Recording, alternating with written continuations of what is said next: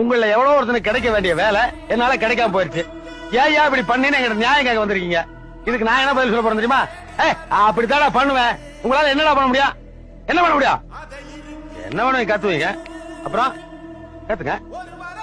அட கத்துக்கப்பா. எங்களை பார்த்தா கிண்டலா இருக்குல்ல? இந்த நாடு இந்த அளவுக்கு கெட்டு போனது காரணம் உங்களை மாதிரி அரசியல்வாதிங்க தான். செருப்பால் அடிப்ப. ஒரு நாடு நல்லா இருக்குதுன்னா அது காரணம் பப்ளிக்.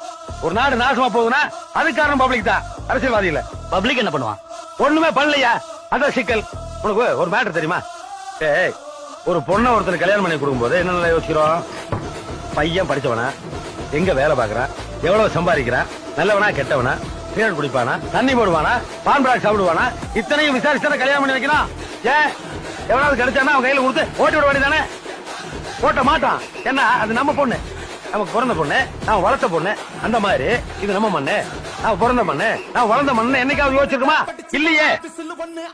எவன் ஓட்டு கடல் போட வேண்டியதான். ஆனா ஒரு எம்பி தேர்ந்தெடுக்கும் போது, ஒரு எம்எல்ஏ தேர்ந்தெடுக்கும் போதோ, ஆனா ஒரு பஞ்சாயத்து போர்டு பிரசிடண்ட் தேர்ந்தெடுக்கும் போதோ, ஏன் ஒரு கார்பரேஷன் கவுன்சிலர் தேர்ந்தெடுக்கும் போதோ யோசிச்சிருக்குமா? யோசிக்கிறா.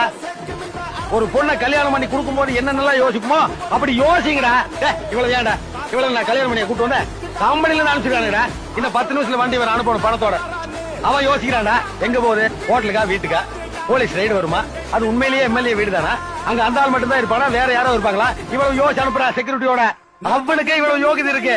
ஆனா நாம வந்து ஓட்டுக்காடல் போட்டே இருக்க வேண்டியதா. ஏன்டா அவன் யோசிக்க மாட்டேங்கிறான்? தமிழன் யோசிக்கவே கூடாதுன்னு என்ன இந்தியன் பணம் ஒரு நிலை வச்சிட்டானா?